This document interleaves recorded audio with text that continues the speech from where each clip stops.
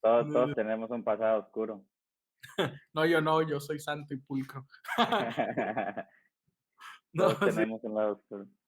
sí, veo, también estuviste como en la parte contenciosa, en la jurídica de Cancún. Sí, estuve en el área de amparo primero, luego en el área, estuve un poco de tiempo en el área de recursos de revocación y luego en el área contenciosa, Ah, excelente. defendiendo al FAS, y ya luego me fui de subadministrador a Veracruz. Excelente. Algún día te voy a invitar a que nos platiques tus anécdotas cuando tenías que defender lo indefendible. Cuando tenías que Sí, sí, sí. ir a la autoridad. Digo, porque tengo que reconocerlo. Luego, cuando la jurídica contesta en sus recursos de revocaciones o en su demanda, pues enseguida se nota cuando el que está redactando sabe o no sabe, ¿no? Y a veces, por ejemplo, me ha tocado, recuerdo mucho una ocasión que no tenía la razón el Servicio de Administración Tributaria, pero recuerdo que la persona que hizo la contestación la hizo tan bien que casi me convence. O sea, yo la leía y decía, es que este cuate de verdad le puso, o sea, lo jugó con inteligencia. No me acuerdo cuál era el argumento, no tenía, no, bueno, por supuesto yo sostenía que yo tenía la razón, me la dio el tribunal, pero la verdad quien redactó lo hizo tan bien que a mí sí me dejó la duda y dije, si yo estuviera en su lugar, ¿qué hubiera dicho? O sea, me hubiera dado la cabeza para oponer algo donde yo sabía que no tenía la razón, ¿no? Digo, porque al menos como litigante, pues tienes la fortuna de que si tú no crees el argumento, no lo pones en la demanda. Luego tengo colegas que me dicen, oye, con este agravio la ganas, ¿no? Esta estrategia fiscal, hazla y es segura. Y yo las veo y digo, no, eso no, esos son cuentos chinos, ¿no? Y no los hago, no hago esos agravios, no hago esas partes y no me veo tanto en la necesidad de defender cosas que yo no comparto, ¿no? O incluso que yo no coincido. Pero debe ser interesante estar en la autoridad y que te toque defender algo que a lo mejor tú no compartes, ¿no? Y que tienes que argumentarlo. No sé si te pasó.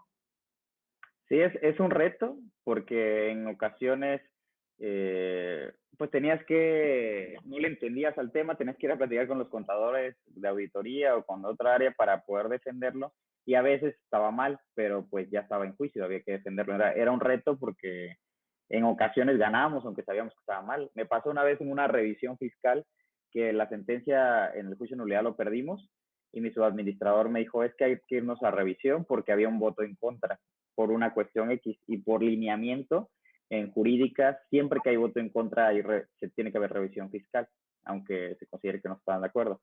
Entonces, yo pensé que la revisión la íbamos a perder porque no me convencía el argumento, pero mi subadministrador me dijo, no, pues es que hay que irnos a revisión. Entonces, traté de hacer el argumento fuerte, el que me dijo mi subadministrador, y el tribunal colegiado nos compró la idea y ganamos la revisión.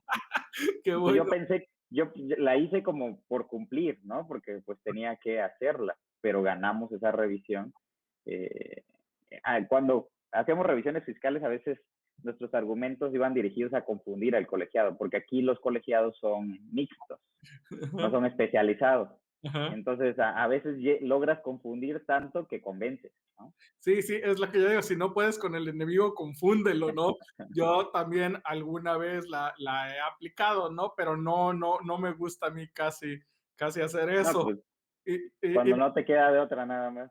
sí, y por ejemplo, también me ha pasado que de repente planteo unos argumentos, me contesta la autoridad y cuando me contesta la autoridad digo, chin, tiene razón, ya ni le sigo, o sea, ese argumento lo dejo en el camino y ya luego a veces no lo continúo o la continúo en menor medida si me tengo que ir al amparo o eso, pero sí, eso de defender cuestiones que a veces uno duda, yo creo que en una de esas voy a armarme una lista de preguntas que quiera saber de tus experiencias y no tienes inconveniente, mi estimado. Y en una de esas te invito a que demos una charla, pero tipo entrevista, ¿no? Yo voy haciendo mis agudos y finos comentarios y te voy entrevistando sobre tu labor en el lado oscuro.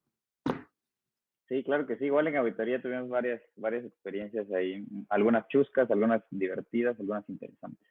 Ah, pues me gustaría escucharte, estimado. Ya será para otra ocasión. Si me permites, ahorita ir arrancando el tema, veo poca gente. Ahorita ya mandamos el aviso de que ya iniciado el programa y vamos a seguir poniéndole a los colegas que ya iniciamos el programa para que se vayan sumando. Pero para no robarte mucho tiempo, arrancamos de una vez. Te comento, el programa igual se va a grabar, se graba y se carga en la página de Defensores. Entonces, de hecho, tus programas se están cargando en la página de Defensores, creo que sí, lo platicamos en su momento, ¿no?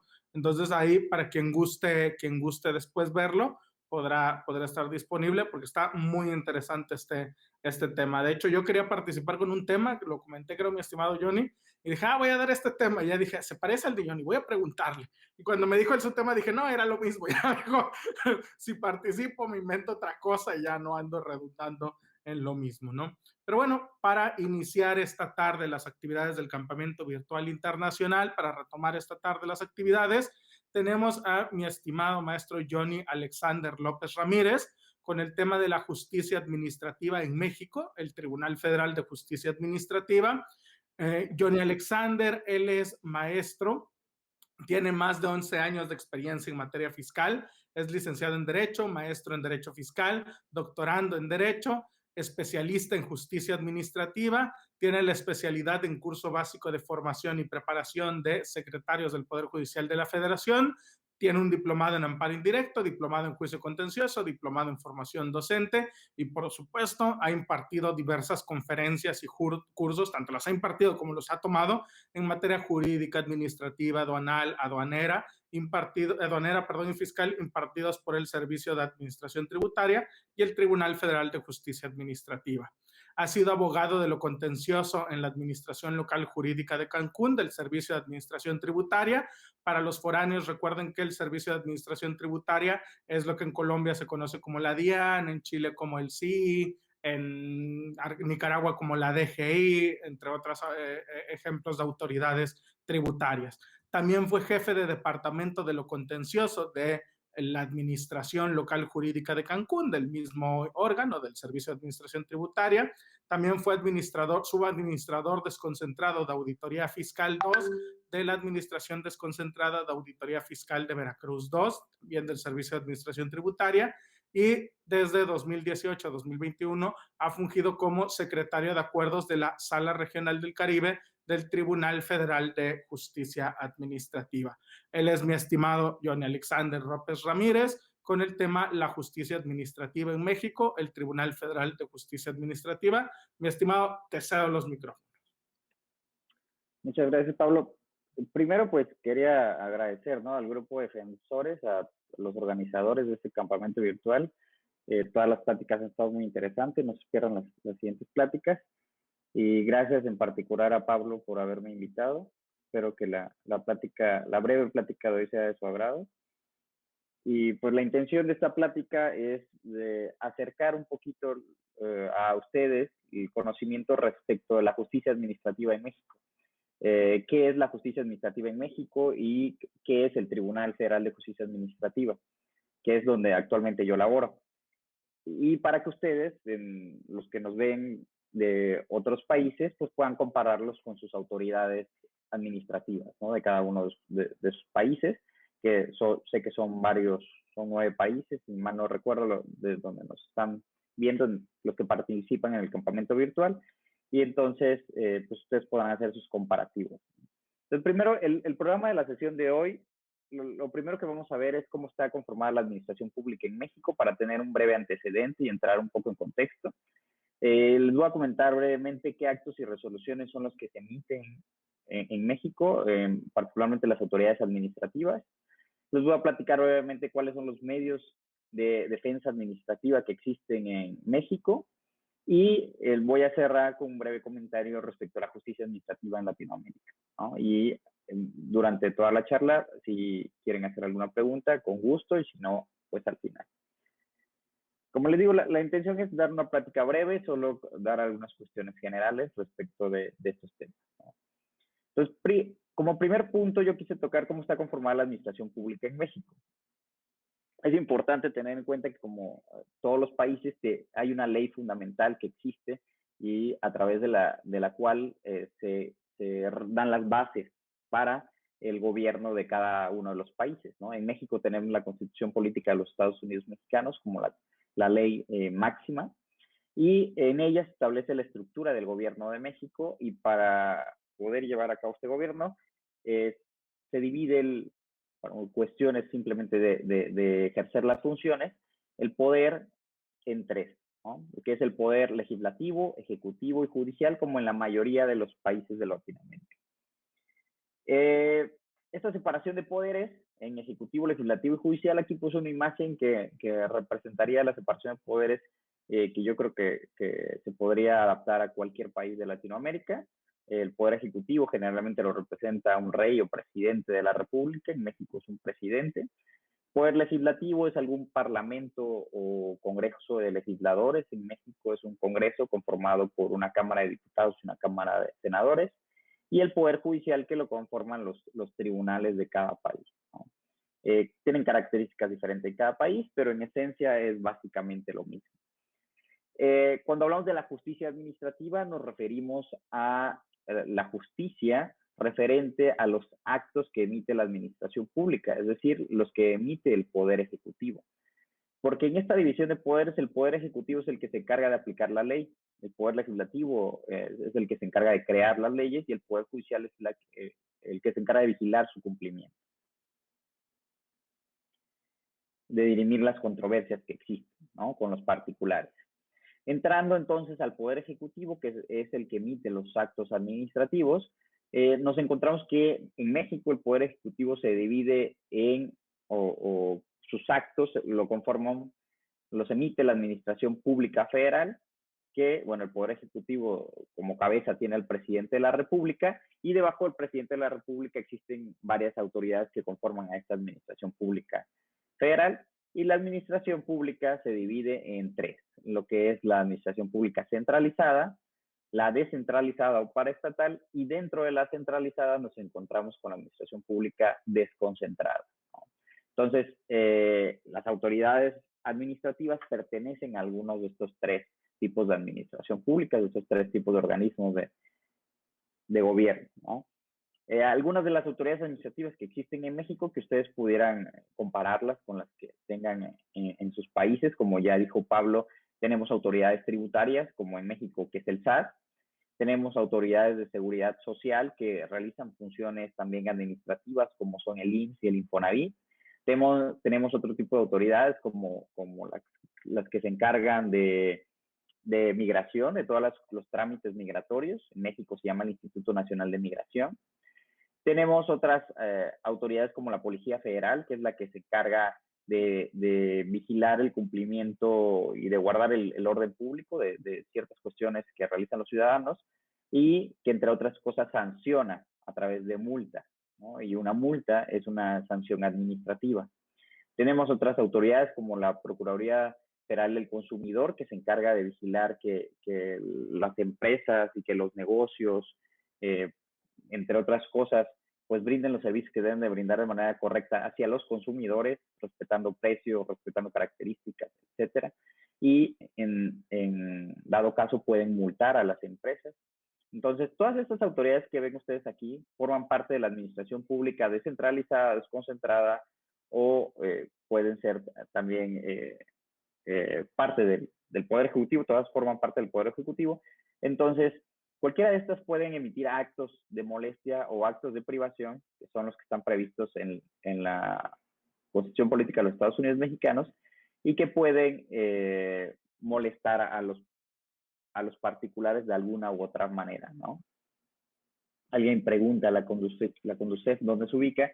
La Conducef también forma parte, si mal no recuerdo, creo que también pertenece a la Secretaría de Hacienda. No recuerdo muy bien qué característica tiene, pero debe de ser un órgano desconcentrado. Y como tal, la Conducef, si emite un acto de molestia, como alguna multa, en este caso a las instituciones bancarias, las instituciones bancarias pudieran controvertir la multa que emita la Conducef o la sanción, ¿no? Vendría siendo un acto administrativo, y los actos administrativos en general pueden ser controvertidos a través del Tribunal Federal de Justicia Administrativa en México, que es el del que les voy a comentar más adelante, ¿no? Pablo dice, en relación a la pregunta que hacía Mónica Plata sobre la multa a Movistar en Colombia, en México, si Movistar quisiera impugnar, controvertir la multa ante el Tribunal Federal de Justicia Administrativa, si alguna autoridad le impusiera alguna multa a Movistar, y Movistar es una empresa, una persona moral en México tendría que defenderse ante el Tribunal Federal de Justicia Administrativa, ¿no? Igual que cualquier persona física o persona moral en México. Algunos de los actos que emiten las autoridades administrativas son, como el ejemplo que dice Pablo, al que hace referencia de Mónica Plata, son multas, hay clausuras, hay requerimientos, hay embargos y otro tipo de actos administrativos similares a estos, ¿no? Hay revisiones y procedimientos que inician las autoridades administrativas. Entonces, no importa qué acto administrativo sea el que emita la autoridad, habría que ver y analizar, como en el ejemplo que mencionan de la Conducef, habría que analizar primero quién emitió el acto. Si el acto fue emitido por alguna autoridad administrativa, es muy probable que el juicio que proceda sea el juicio contencioso administrativo ante el Tribunal Federal de Justicia Administrativa, que es cómo se lleva a cabo la justicia administrativa en México. Entonces, habría que ver primero el tipo de autoridad que es, qué leyes son las que le están aplicando para ver si es un acto formalmente administrativo y si es materialmente administrativo, y para ver la competencia del Tribunal Federal de Justicia Administrativa.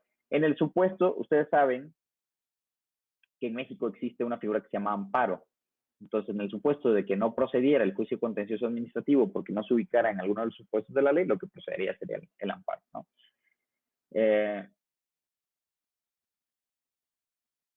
Nos dice Pablo que las multas que impone la Conducef las ve el Tribunal Federal de Justicia Administrativa, pero la sala especializada en materia ambiental y de regulación que se encuentra en la Ciudad de México.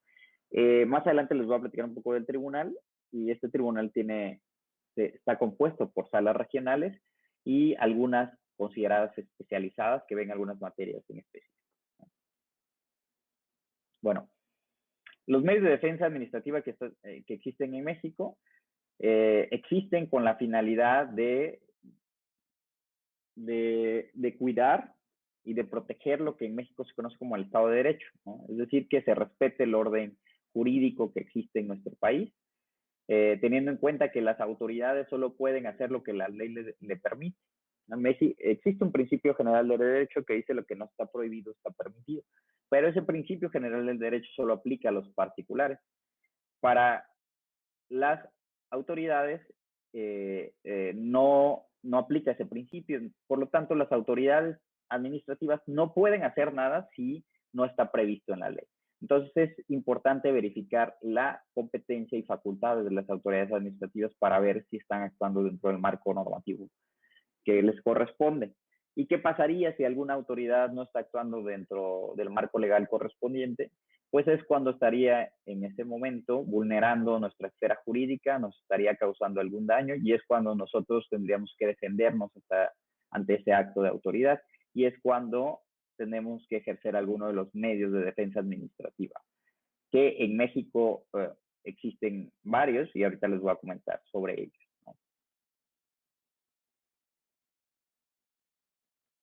Entonces, entendemos la justicia administrativa como el control legal y constitucional, es decir, que se estén cumpliendo todas las leyes que rigen sobre esas autoridades y sobre esos actos administrativos, y también que se esté cumpliendo los derechos fundamentales previstos en la Constitución política que tenemos nosotros en México, y que los derechos son similares a los que están en las constituciones de cada uno de los demás países de Latinoamérica, ¿no? Estas autoridades tienen que respetar los procedimientos, los plazos y todas las formalidades que establecen sus leyes para que los actos que emitan sean considerados apegados a derecho, ¿no? Que se encuentren emitidos legalmente. Entonces, los medios de defensa administrativa en México son básicamente, o lo podemos clasificar básicamente en los medios de defensa administrativos, en jurisdiccionales y en no jurisdiccionales.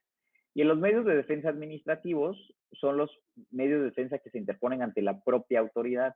Generalmente nos podemos defender ante la propia autoridad, por ejemplo, ante la Conducef, ante el SAT, ante el IMSS, ante el Infonavit, ante cualquier autoridad en materia administrativa. Nos podemos defender ante ellos mismos primero con un medio de defensa que se denomina recurso administrativo. Entonces, este recurso administrativo tiene como finalidad que tengamos una herramienta fácil y rápida para defendernos contra la propia autoridad. Ese fue el motivo de su creación.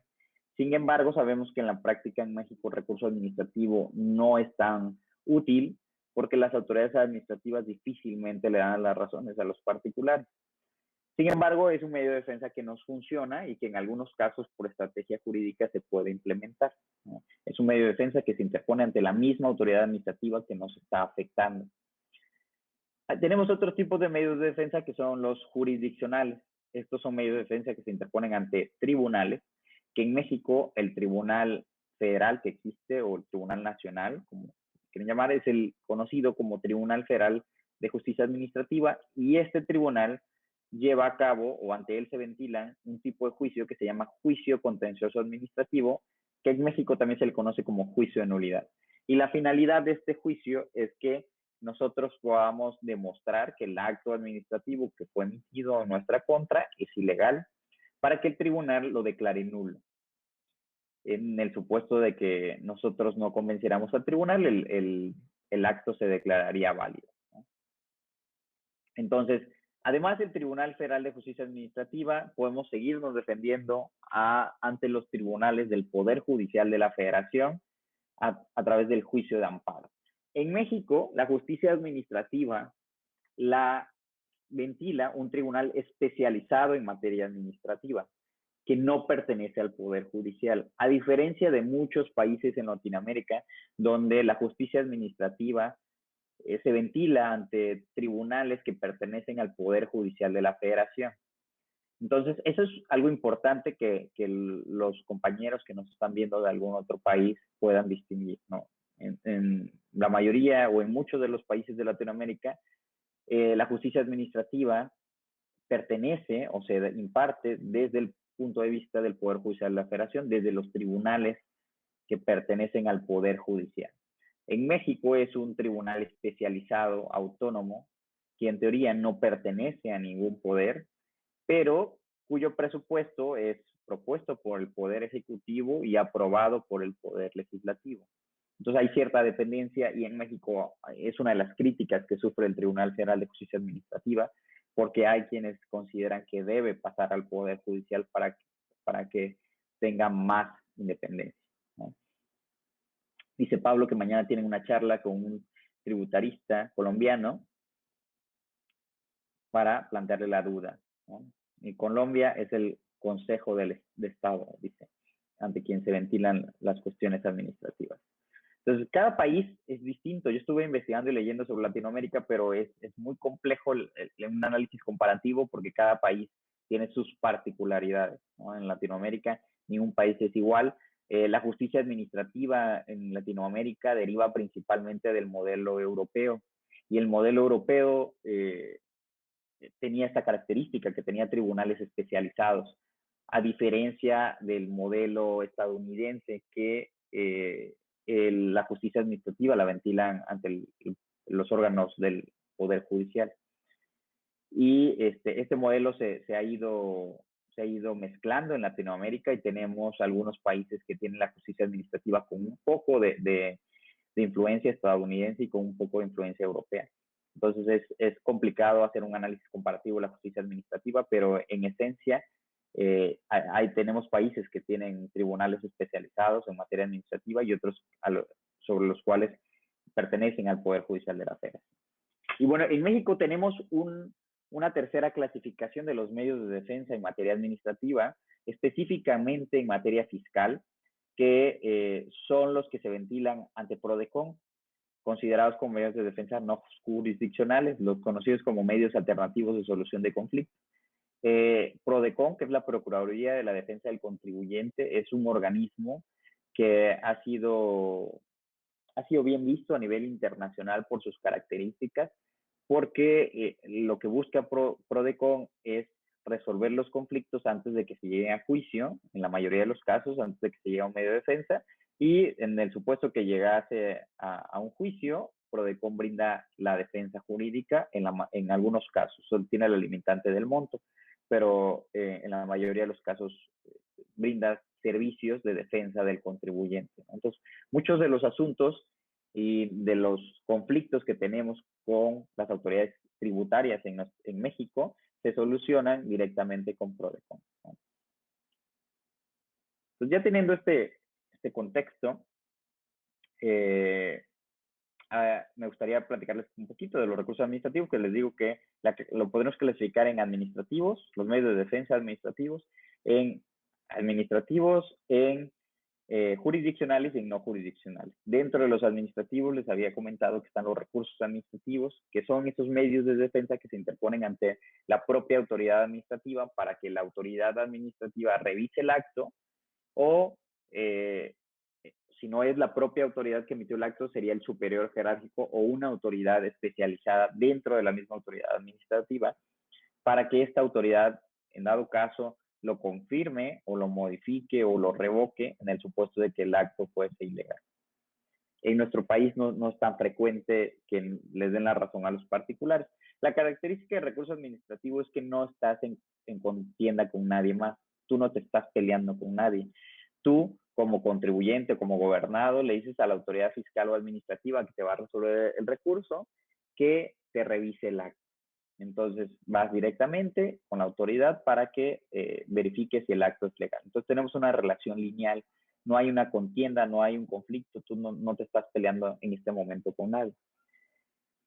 Cuando tú llegas al conflicto, es cuando acudes ante el Tribunal Federal de Justicia Administrativa, que, como les había comentado, es un tribunal de lo contencioso administrativo, dotado de plena autonomía técnica. Este es el logo del tribunal, el que funciona en México, es el que imparte justicia administrativa a nivel nacional y su presupuesto lo ejerce de manera autónoma una vez que se ha aprobado por el Poder Legislativo. Su competencia se ha ampliado mucho, es un tribunal que se creó en 1936, que tiene poco más de 75 años. Entonces, es un tribunal que ya lleva mucho tiempo funcionando y que cada vez se le ha ido ampliando más y más la competencia.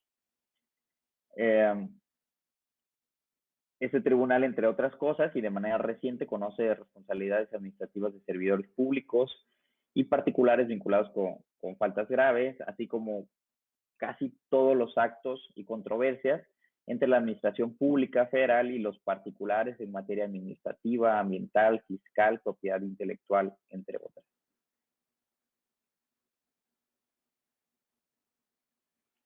Bueno, la competencia del Tribunal Federal de Justicia Administrativa en México, este tribunal que imparte justicia administrativa a nivel nacional, se encuentra específicamente en su ley orgánica, la ley orgánica del Tribunal Federal de Justicia Administrativa, que en sus artículos 3 y 4 nos establece un listado de los actos y resoluciones en contra de los cuales procede el juicio contencioso administrativo, que es el juicio que conoce este tribunal. Entre ellos, y a manera de resumen, conoce de todos los actos y resoluciones que sean definitivos del Servicio de Administración Tributaria, que es la autoridad tributaria en nuestro país, del Instituto Mexicano del Seguro Social y del Instituto del Fondo Nacional de Vivienda para los Trabajadores, que son organismos fiscales autónomos, también se consideran como autoridades tributarias, así como resoluciones en materia administrativa derivadas de ciertos procedimientos administrativos, como los emitidos por la Procuraduría de la Defensa del Consumidor, la CONAGUA, el Instituto de Acceso a la Información, el propio SAT en materia de aplicación de la ley antilavado en México, así como en materia ambiental, propiedad intelectual, de pensiones, del Instituto del Seguro de Seguridad y Servicios Sociales de los Trabajadores del Estado, los trabajadores del gobierno, resoluciones que imponen sanciones a los servidores públicos, resoluciones que emite la Auditoría Superior de la Federación cuando en México se sanciona a un servidor público, cuando en México se sanciona a algún expresidente municipal, exgobernador o algún político porque en el ejercicio de sus funciones no ejerció bien el presupuesto o incumplió con alguna del mandato constitucional, puede ser sancionado y ellos pueden defenderse ante el Tribunal Federal de Justicia Administrativa. Entonces, este Tribunal Federal de Justicia Administrativa es el que lleva el trámite de los juicios contenciosos administrativos, de los juicios administrativos a nivel nacional. Y como les decía hace rato, un recurso administrativo no hay una contienda. Pero en un juicio contencioso administrativo sí existe esta contienda. Cuando tú te vas a un juicio es porque vas a demandar un acto de autoridad y te vas a pelear, por decirlo de alguna manera, con la autoridad que emitió ese acto. Entonces vas tú como particular y entras en un conflicto y en una contienda con la autoridad que emitió el acto que estás controvirtiendo. Entonces, aquí tenemos una relación triangular donde tú estás en conflicto con la autoridad demandada y tienes un órgano autónomo, independiente e imparcial que va a resolver la contienda y que va a decidir cuál de los dos tiene la razón. En el juicio contencioso administrativo, se, podríamos decir que están en igualdad de partes, porque cada uno va a ejercer su derecho, va a ofrecer sus pruebas y va a hacer valer todas las etapas del juicio, ¿no? Y el tribunal al final va a emitir un documento que se llama sentencia y a través del cual se va a resolver el juicio contencioso administrativo, decidiendo quién tuvo la razón en este juicio, ¿no? Si fue el particular, la persona física o la persona moral, o si fue la autoridad demandada. Depende mucho de la autoridad demandada, pero en México, por ejemplo, la autoridad tributaria casi no pierde juicios. Es un porcentaje muy poco el que la autoridad tributaria pierde juicios. Sin embargo, las autoridades administrativas que no son tributarias sí cometen muchos errores en cuanto al cumplimiento de los requisitos formales y los juicios que se interponen contra estas autoridades administrativas sí hay un riesgo para la autoridad de perderlos y el particular tiene muchas probabilidades de ganarlos por el incumplimiento de estas formalidades. También depende mucho de una buena defensa fiscal o administrativa, dependiendo del tipo de asunto. Este juicio que se ventila ante el Tribunal Federal de Justicia Administrativa se puede llevar a cabo de tres maneras. Una es de la manera ordinaria, que son los plazos que llevan mucho tiempo exigiendo y que desde 2016 se cambiaron. Es el juicio más largo, es el juicio normal, por así decirlo. Tenemos otro juicio que es el juicio sumario, que es las mismas etapas que el juicio ordinario, sin embargo es un juicio más rápido, tiene plazos más cortos, es la principal característica de este juicio sumario. Y tenemos un tercer juicio que es de resolución exclusiva de fondo, donde desde el 2017, que es cuando se creó este juicio, se escuchan a las partes, hay una audiencia oral. Entonces, este tipo de juicio ya tiene la característica de que puede ser oral, ¿no? Alguien pregunta por qué la AT no pierde los juicios, por qué practicó bien el ajuste tributario o porque ya la institución ya está hablada con el Estado. No, la autoridad tributaria no pierde los juicios en México, o sea, sí pierde juicios, pero la mayoría no, porque la autoridad tributaria se ha profesionalizado. En México, los procedimientos tributarios se han digitalizado, muchos de los procedimientos ya son notificados, por ejemplo, por buzón tributario, que es medios electrónicos. Eh, la Autoridad Tributaria Nacional o Federal, que es el Servicio de Administración Tributaria en México, tiene procedimientos y tiene muchos filtros al momento de emitir sus actuaciones. Entonces, cada vez sus actos son mejores. El gobierno le invierte mucho dinero a la autoridad tributaria para que cometa pues menos errores, ¿no? Entonces, el personal que tiene cada vez está mejor capacitado, los procedimientos cada vez son más blindados desde el punto de vista tecnológico y también desde el punto de vista legal con las reformas que se han hecho. Entonces, eso hace que sea muy difícil ganar un juicio tributario. Es muy difícil que la autoridad cometa errores. Sí los comete, pero no tanto como los cometía hace 20, 30, 40 años.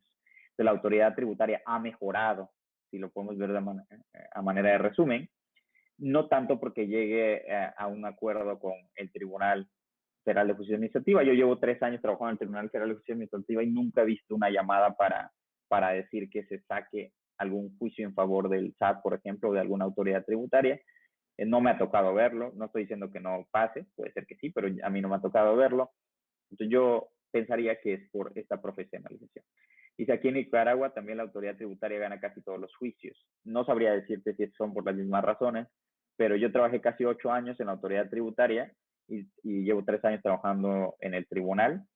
Y te podría decir que es eso, la autoridad tributaria ha mejorado mucho en la capacitación, en sus procedimientos y el tribunal Bueno, los criterios, algo que sí puede ser es que los criterios de los tribunales, y no solo del tribunal especializado en materia administrativa, sino de los tribunales del Poder Judicial de la Federación, han sido más favorables a las autoridades tributarias, ¿no? A diferencia de hace algunos años. Entonces, digamos que se han dado todas las circunstancias para que la autoridad tributaria, pues, esté mejor que lo que estaba hace algunos años. Ok, dice Henry que en Nicaragua básicamente pues ya se han llegado a acuerdos y eso hace que no, que la autoridad tributaria pierda menos juicios. Pablo dice, en efecto, le han cortado las alas al tribunal desde la corte. A mí me tocó ver cuando yo estaba en el SAT que íbamos a hablar muchas veces al tribunal, como dice Henry, para tratar de convencer al tribunal que no sacara alguna sentencia desfavorable a la autoridad tributaria. Y, por ejemplo, habían asuntos millonarios, ¿no? Desde muchos millones de pesos, donde íbamos a platicar el asunto por la cuantía del asunto. Y tratábamos de sensibilizar a los magistrados del tribunal de que el asunto era importante, el asunto era cuantioso y que no se iba a afectar, pues al que se estaba afectando era el gobierno, ¿no? Eran ingresos de los mexicanos. Y los tribunales, por lo menos a mí lo que me tocó ver fue que el tribunal pues nos escuchaba, pero no nos daba la razón. O sea, no porque fuéramos a hablar nos daba la razón, sino en algunos casos los perdíamos, no importaba la cuantía, en otros casos lo ganábamos, era a criterio del tribunal. Por lo menos aquí en Quintana Roo y lo que me tocó ver también en Veracruz es que los tribunales eran imparciales. Bueno, las salas del Tribunal Federal de Justicia Administrativa eran imparciales. Pablo dice, agravios que el tribunal concedía favorables al contribuyente dejaron de emitirse en sentido de la corte. Sí, o sea, una de las razones es, como dice Pablo, que el Poder Judicial en México ha emitido criterios favorables a las autoridades tributarias. Y los criterios que emite el Poder Judicial en México tienen que ser respetados por el Tribunal Administrativo. No puede ir en contra de los criterios del Poder Judicial. Porque aunque es un tribunal especializado, el que existe en México en materia administrativa, tiene por encima jerárquicamente al órganos del Poder Judicial de la Federación. Entonces, no, los criterios del tribunal en materia administrativa no son definitivos, sino pueden ser revisados por un órgano superior. Sí, dice Pablo, el Tribunal Federal de Justicia Administrativa no le queda más que aplicarlos, aunque son una tontería los criterios. La litis abierta, por ejemplo. Sí, sí. Hay muchas jurisprudencias que el Tribunal Federal de Justicia Administrativa antes actuaba de manera distinta y ahora por las jurisprudencias de la Corte, pues la misma Corte en México le da línea al Tribunal Administrativo para cómo seguir ciertos asuntos, cómo debe actuar en ciertas circunstancias y pues no queda mucho margen para actuar. Dice, eso sumado a lo que yo les digo, a que las autoridades tributarias cada vez se profesionalizan más, que cada vez usan más tecnología y que la ley se modifica cada vez más a su favor, pues hace que el área de oportunidad para ganar los juicios a la autoridad tributaria, pues sea menor, ¿no? El abanico de posibilidades cada vez se reduce más. Entonces, por eso yo les decía, es muy difícil ganarle a la autoridad tributaria en México. Pero hay otras autoridades administrativas a las cuales el gobierno, siento, no le da la misma importancia, como Profeco, por ejemplo, y emiten muchos errores, ¿no? O sea, cada vez que emiten sus actuaciones, cometen errores y ganarles en un juicio es muy fácil. Ganarles a Profeco en México, que es la Procuraduría de la Defensa del Consumidor, ganarle a Policía Federal, es muy fácil en México. ¿Por qué? Porque las autoridades emiten actuaciones que no cumplen con requisitos formales de manera reiterada. Y creo que lo hacen también intencionalmente porque pues las actuaciones que emiten son actuaciones poco cuantiosas. Entonces, una multa que emite la Policía Federal, pues puede estar a lo mejor, no sé, en 10,000 pesos mexicanos, 5,000 pesos mexicanos. Una multa que emite Profeco puede estar en 2,000 pesos mexicanos, 3,000 pesos, 6,000 pesos. Entonces, al gobernado, al particular, le saldría más caro contratar un abogado e irse a un juicio que pagar la multa. Entonces, por eso yo creo que por la cuestión de costo-beneficio, las autoridades administrativas no mejoran sus actuaciones, a diferencia de la autoridad tributaria, que sus actos son más cuantiosos y por lo tanto tienen que estar mejores, ¿no? Me tocó una vez escuchar una anécdota de que antes cierta autoridad administrativa emitía muchas multas con firma impresa, es decir, no eran firma autógrafa, no era del puño y letra de la autoridad, y se iban a juicio y lo ganaban, obviamente, porque para que ese acto fuera legal tenía que tener la firma autógrafa del funcionario competente. En este caso no lo tenían. Y que una vez fue el funcionario a hablar con los magistrados del tribunal y le preguntaron, oigan, ¿por qué no emiten las multas con firmas autógrafas y dejan de perder esos juicios? Y esta autoridad dijo, bueno, porque no nos conviene, porque la computadora, la impresora puede imprimir 100 multas en tanto tiempo y yo no puedo estar firmando todas esas multas porque tengo otras obligaciones que hacer. ¿Y cuántas personas de esas, por ejemplo, 100 multas se van a juicio? O sea, a lo mejor 5, 6. El costo-beneficio para la autoridad es mayor. Entonces, aunque sabían que la actuación era irregular, la autoridad lo seguía haciendo porque los particulares no se iban a juicio. O sea, es muy caro contratar a un abogado para irse a un juicio. Yo les decía hace rato que la Prodecon brinda servicios legales gratuitos, pero la Prodecon solo funciona en materia tributaria. En materia administrativa no hay otras autoridades que brinden esta asesoría jurídica. Por eso pasan este tipo de cosas en México, por lo menos. Supongo que en los demás países de Latinoamérica hay cuestiones similares. Entonces, otra particularidad del juicio contencioso administrativo, del juicio en materia administrativa que existe en México, es que hay dos formas de presentarlo. Una, como probablemente se haga en la mayoría de los países, que es en papel, imprimiendo tu documento que se llama demanda y llevándolo al tribunal directamente, o la otra vía, que es la vía en línea, que yo estoy seguro que en algunos de los países de Latinoamérica ya tendrán vías similares, pero muy probablemente haya otros países que no tengan esta forma de presentar un juicio, que es todo a través de Internet. Este juicio en línea, que ahorita se volvió más común por las cuestiones de la pandemia, en México y en materia administrativa existe desde el 2011. Desde hace 10 años, más de 10 años existe. Tal vez no ha sido utilizado y explotado como se esperaba en un inicio, pero es un juicio que fue un parteaguas para la justicia digital, por lo menos en México, y por lo que he leído en algunos libros, también en Latinoamérica, ¿no? Porque son de los pocos países que inició sin que fuera necesario todavía, porque ahorita por la pandemia, pues muchos empezaron con lo del juicio en línea, porque pues era necesario para evitar contagios y para que la justicia continuara, ¿no? Sin que fuese necesario, hace 10 años se innovó en el juicio en línea, en este juicio que permite que de los 365 días del año puedas consultar tu expediente, que permite que puedas presentar un escrito en cualquier parte del mundo.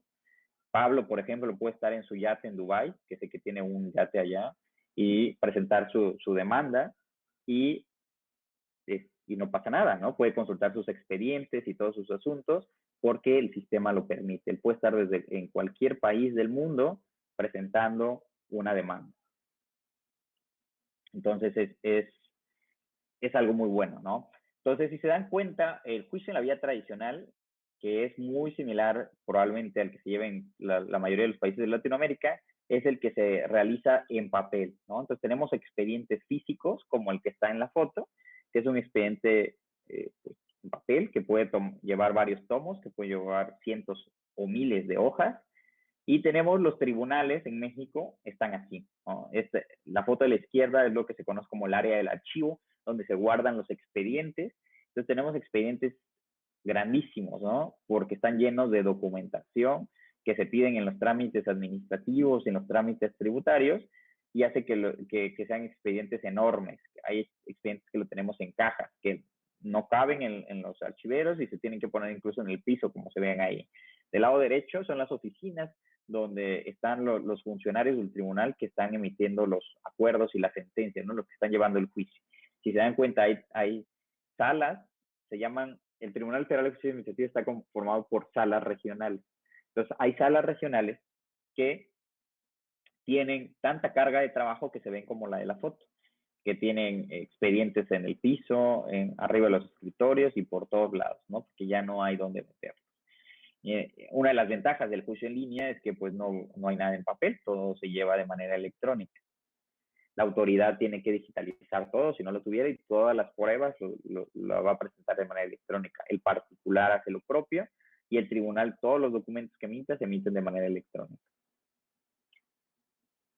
Sin embargo, este juicio en línea, que es el que les comento, no ha sido tan utilizado en México porque, por varias razones, me imagino. Una de ellas es porque todavía no se ha dado el cambio generacional, ¿no? Yo sé que algunos de ustedes son muy jóvenes y van a dar este cambio generacional, pero yo conozco muchos abogados que litigan en materia administrativa, que son algo mayores y que les cuesta trabajo entrar en esta cuestión de la tecnología, de la computadora, de lo virtual, de lo electrónico, y que además le tienen cariño al papel, ¿no? Yo conozco abogados que no se sienten seguros si no tienen el sello que les dan en la ventanilla donde presentan el documento. Si no huelen el papel, si no huelen la tinta, no se sienten seguros.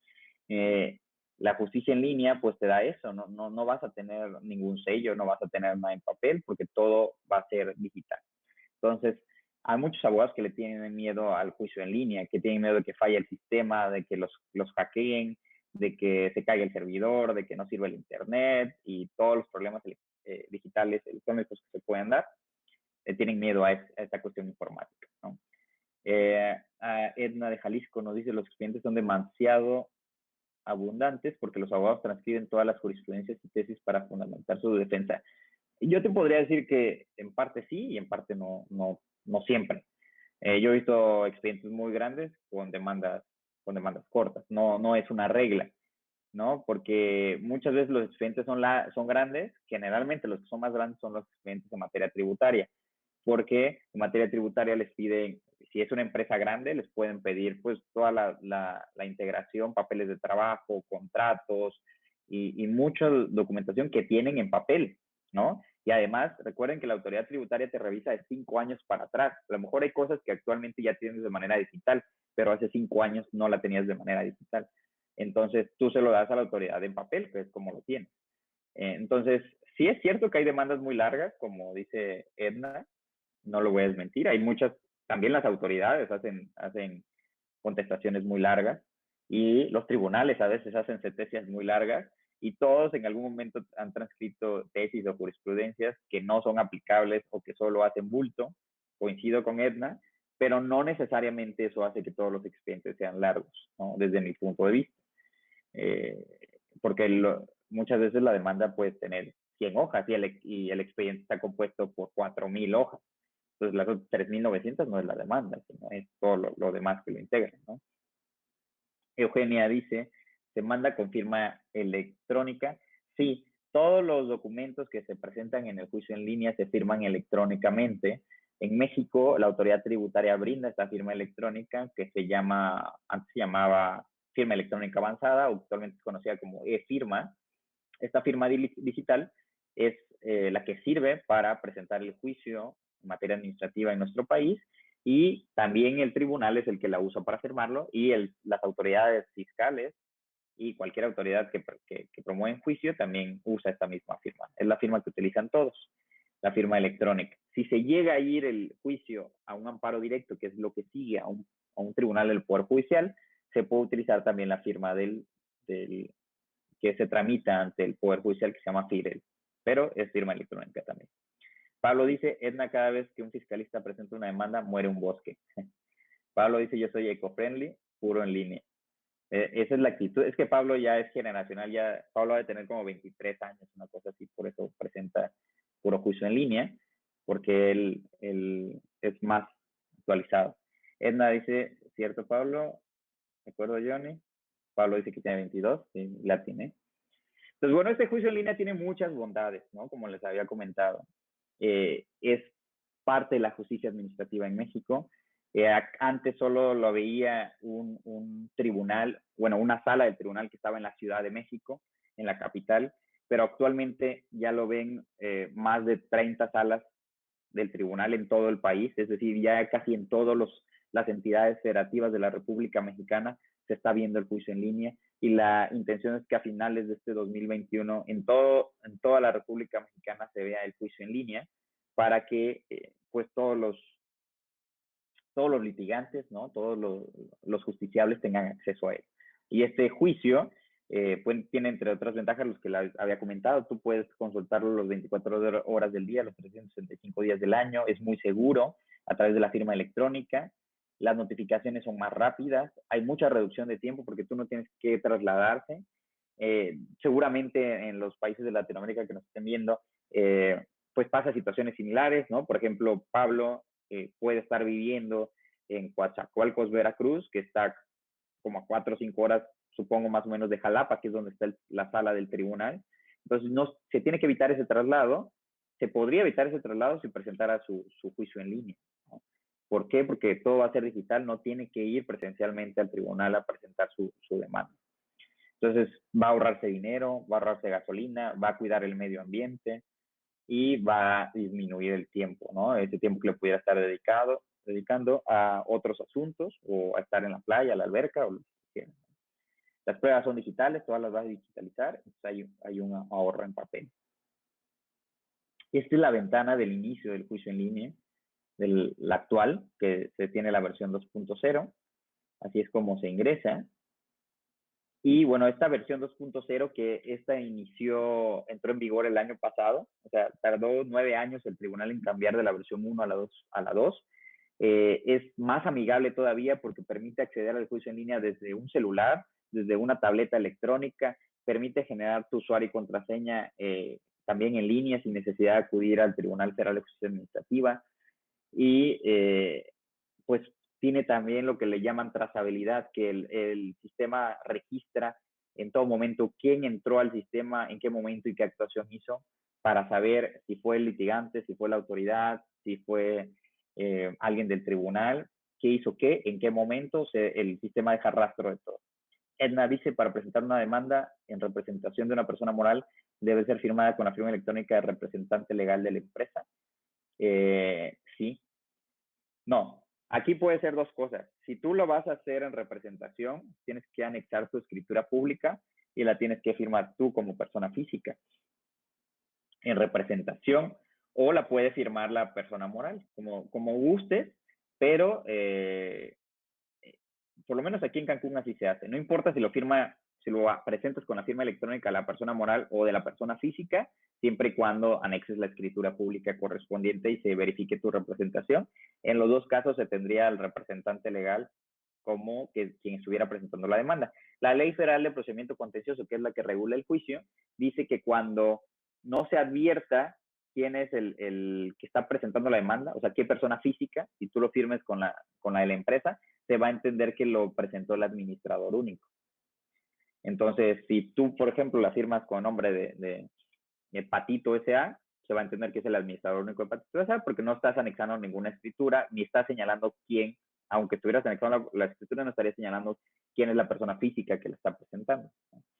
Entonces, es muy difícil que no se tenga por presentar la demanda si la presenta siempre con la firma electrónica de la persona moral, ¿no? Sí. Nosotros tuvimos un asunto similar donde, por ejemplo, sí anexaron la escritura, pero la escritura no era suficiente. Pero como la demanda venía firmada con la firma de la persona moral, lo que tuvimos fue por presentar la demanda como si lo hubiera presentado el administrador único y no la persona física que ahí decía, porque esa persona física no lo acreditó. Y bueno, a nivel de las entidades federativas de toda la República Mexicana, como puede ser Veracruz, como puede ser Tabasco, como puede ser Quintana Roo, Jalisco, Nuevo León, hay tribunales estatales de justicia administrativa, conforme a lo dispuesto en el artículo 116 de la Constitución Política de los Estados Unidos Mexicanos. Y aquí les puse pues algunos de los ejemplos, ¿no? Este es del Tribunal de Justicia Administrativa de Quintana Roo, del de Jalisco, del de Veracruz, del de Nuevo León, y son similares al Tribunal Federal de Justicia Administrativa, que es a nivel nacional, solo que a nivel local. Ellos dirimen las controversias de materia administrativa de actos emitidos por la administración pública municipal o estatal. Pablo dice, ojo, los portales los crean las personas físicas, no las morales. Por eso se promueve desde el portal de la persona que tiene representación. Edna dice, gracias. Es decir, los usuarios son personas físicas y los juicios en línea se promueven desde el usuario de la física en representación de la moral o de otra física. Bueno.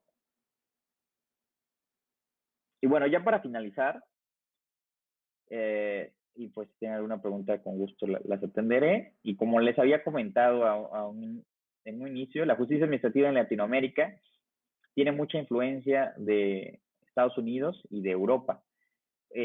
La de Estados Unidos, principalmente los países que tienen mucha influencia son Argentina y Brasil.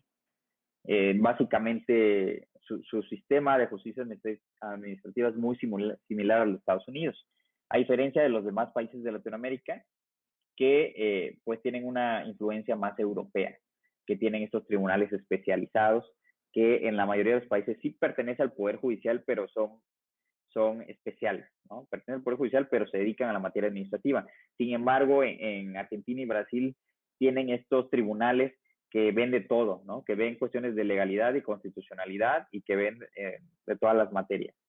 En los demás países, como en México, tenemos tribunales especializados. La característica de México es que tiene un tribunal especializado que no pertenece al Poder Judicial de la Federación, ¿no? Y de ahí en fuera, pues, hay muchas similitudes en otros países y algunas diferencias. Los nombres obviamente van a variar, pero en esencia es lo mismo, ¿no? Que el gobernado, que el particular pueda tener un tribunal ante el cual pueda defender sus derechos en contra de los actos que son emitidos por la administración pública que vulneren su esfera jurídica, que les causen algún daño. Y pues, de mi parte sería todo. No sé si tiene alguien alguna pregunta. Los videos, como ya dijo Pablo, están en la página de Defensores, también en mi página de YouTube, en la página de Actualizándome. Y pues aquí están mis redes sociales, por si tiene alguien alguna duda, alguna pregunta. Y pues bueno, la intención es que fuera una exposición breve y que diera algunas cuestiones pues básicas, ¿no? Explicar lo que es el juicio contencioso administrativo, explicar lo que son los recursos administrativos y todas las características del tribunal. Nos hubiera llevado más de una hora. Y de hecho, bueno, en los videos que están en Defensores, hay algunos donde se explica lo que es el juicio nada más, otro donde se explica el juicio en línea, otro donde se explica el juicio de lesividad y donde se habla un poco más sobre estos temas. Si tienen curiosidad sobre los mismos, pueden entrar a la página de Defensores y pues ahí les estaré platicando sobre esos temas. No sé si alguien tiene alguna pregunta, alguna cuestión adicional. Si no, pues yo creo que sería todo. Pablo, no sé si quieres comentar algo más. ¿Estás en tu yate en Dubái? Ojalá, hazme la buena, ya me sentí soñado, me vi en el sol, aquí en la playita me sentí soñado, pero todavía no vendo facturas, estimado, ya que venda facturas ya. No, Pablo, no. Tú no seas de esos. Te visito desde mi yate acá. Sí, muy clara, breve y concisa. Coincido con Edna, me gustó mucho tu plática, mi estimado. La verdad es que la diseñaste muy bien, creo que fuiste al punto y nos diste todo un marco de cómo es la justicia administrativa en México. Tuvimos también una charla de la justicia en línea en México que impartieron unas jóvenes estudiantes, donde abordaron también un poquito hablaron del recurso de revocación, del juicio contencioso, muy brevemente, no entraron a fondo así como tú, y hablaron del juicio de amparo en línea, ¿no? Entonces ahí también estará, no he verificado si ya está cargado, pero reviso si ya cargaron la charla en Defensores, y pueden ver la charla de Johnny y después la charla de estas muchachas y van a ver cómo la complementan muy bien, porque Johnny nos explica toda la parte de la justicia administrativa y estas chicas nos explican los sistemas en línea, cómo se usan, cómo se presentan y cuáles están ahí, ¿no? Entonces estuvo excelente. Pues si no hay preguntas, mis estimados, de verdad quiero agradecerte, Johnny, por la plática. La charla estuvo muy bien. Y me gustó muchísimo, no sé si viste, estuve participativo, de comediante a veces, ¿no? Pero participativo, porque me gustó mucho la forma en lo que lo explicaste.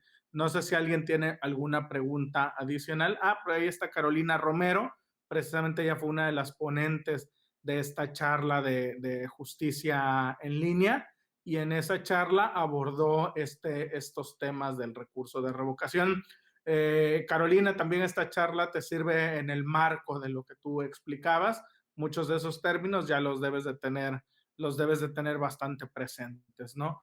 He estado platicando con otros colegas para conocer un poquito más de la justicia administrativa en su país y ya pronto, mi estimado, espero que en algún momento tengamos oportunidad de invitarte para un evento ya en conjunto con algunos otros colegas que manejen la materia administrativa en otros países, ¿no? Para ver cómo la manejan ellos y cómo difiere. Hoy en la mañana tuvimos también una charla con un colega que ve delitos económicos en Argentina, que también es parte del área tributaria y estuvieron muy interesantes, ¿no? Y nos platicó esas diferencias.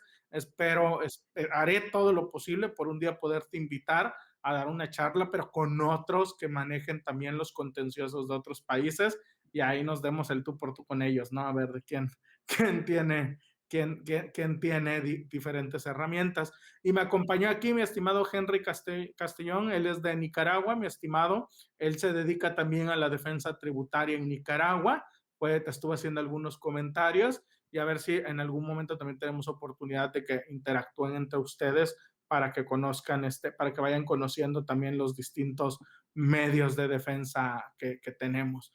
Pues no sé si no hay más preguntas, mi estimado, si tú no tienes algún comentario adicional. No, me daría mucho gusto, como las pláticas que tuvimos en pandemia, ¿no? De la justicia administrativa en pandemia. Esas pláticas cuando intervienen dos o tres son interesantes porque pues podemos hacer este debate, ¿no? Que siempre es interesante cuando tenemos diferentes puntos de vista. Y como tú dijiste hace rato, o sea, yo desde el punto de vista de los 8 años que estuve en el SAT, ahora del tribunal, tuyo de litigante, tú que siempre has estado en el lado bueno, en el lado de la fuerza, pues podemos tener diferentes puntos de vista y eso es interesante, ¿no? Con los que dices de otros países, estaría muy enriquecedor para todos. Claro, mi estimado, por ahí. A propósito, la forma, bueno, si me permites comentar la forma en que nos enlazamos y que se puede decir que nos conocimos, mi estimado. Ahorita que hablabas de las diferencias y eso, me acuerdo y se los comparto a todos, la forma en que contacté y me enlacé con mi estimado Johnny fue porque critiqué al tribunal en redes sociales y casi les dije, no me acuerdo qué les puse, si eran flojos o si eran, no me acuerdo qué les puse, y Johnny me contestó, hey, no todos, no todos, oye, yo estoy aquí chambeando y yo no soy. Entonces, como me gustó su comentario, nos enlazamos y a partir de ahí, ya se sumó también a toda la comunidad que traemos, ¿no?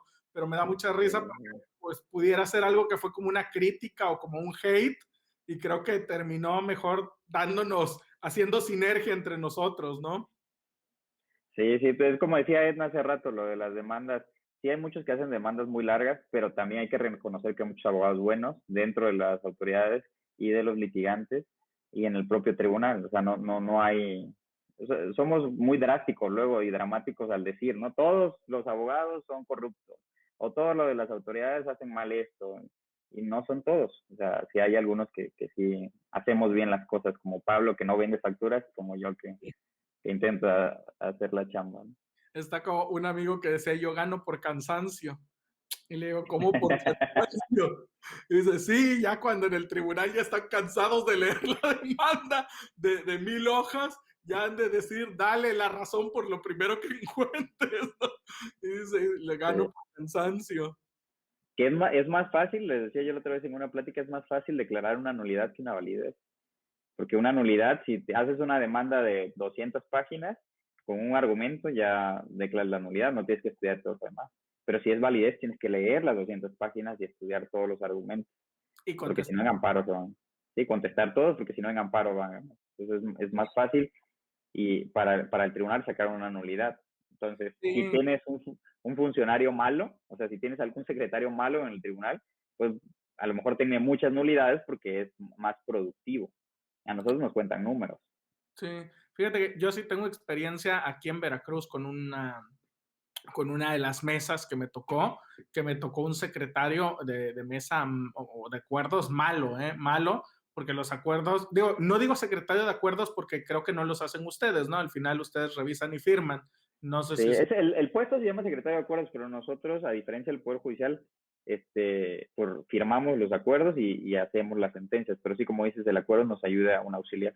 Sí, el auxiliar que les hace de verdad mal el nombre del contribuyente, admitiendo cosas que no tenían nada que ver con la demanda. Y sí tengo ese caso aquí muy presente en México, donde, digo, aquí en Veracruz, donde sí me tocó un funcionario del tribunal malo, malo, ¿no? Pero te puedo decir que no todos son así, o sea, es una excepción, ¿no? Que me haya tocado alguien así. Y por supuesto hay gente muy preparada, muy capaz como tú, y que me da gusto que estén en este tipo de instituciones personas como tú, ¿no? Porque me dan la seguridad y la tranquilidad de que del otro lado resolviéndome hay alguien capaz, hay alguien que sabe, ¿no? Y que está dispuesto a hacer las cosas bien. Entonces, realmente a mí me da mucho gusto que estés, ok, tu trayectoria en las diferentes autoridades y que bueno que has continuado. Esperemos algún día tenerte de magistrado, ¿no? Ojalá, aunque sea a nivel local, ¿no? Aunque sea a nivel local, estimado, ¿no? Pero nos daría muchísimo gusto. Y bueno, si no hay más, nos dice Edna, el procedimiento en materia tributaria sería excelente. Mañana vamos a tener una charla de las pruebas en el procedimiento tributario en Colombia, pero sí, Edna, ok, me anoto tu tema, porque sí me gustaría abordar varios temas, ya sea contenciosos, ya sea de procedimientos de fiscalización, ya sea, tengo en mente varios proyectos que ya les iré comentando, ¿no? Y si no hay nada más que agregar, mi estimado Johnny, ¿me permites despedirnos? Sí, claro. Perfecto. Bueno, muchas gracias a todos los asistentes.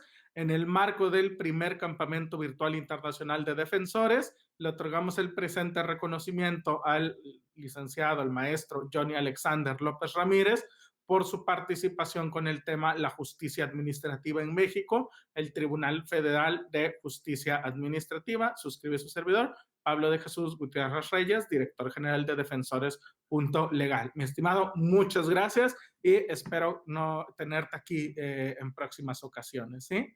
Gracias. Con mucho gusto. Gracias, Pablo. Gracias, Fátima, Edgar, Edna, Eugenia, Carolina, Henry. Gracias. Hasta luego. Hasta luego.